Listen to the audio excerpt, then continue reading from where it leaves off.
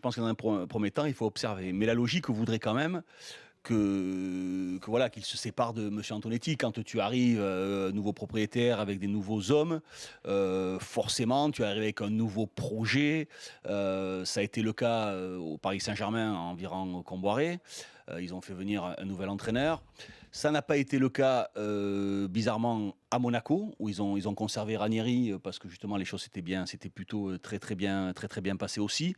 Là, vu que les choses végètent un petit peu, je pense qu'Antonetti ne fait pas partie des plans. Maintenant, la première des choses, il faut observer un club. Chaque club et chaque projet a ses spécificités. On ne sait pas dans quel état d'esprit sont les joueurs, où est Antonetti aussi. D'après mes infos, les choses se font dans la plus grande discrétion.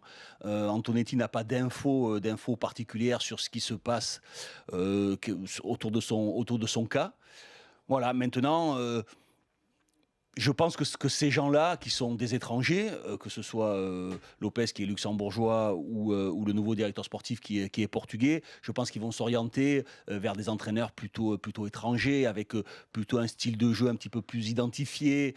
Voilà, Antonetti est quelqu'un, je crois qu'il est entraîneur depuis 1990, je crois, donc ça fait quand même pas mal de temps qu'il est dans le métier.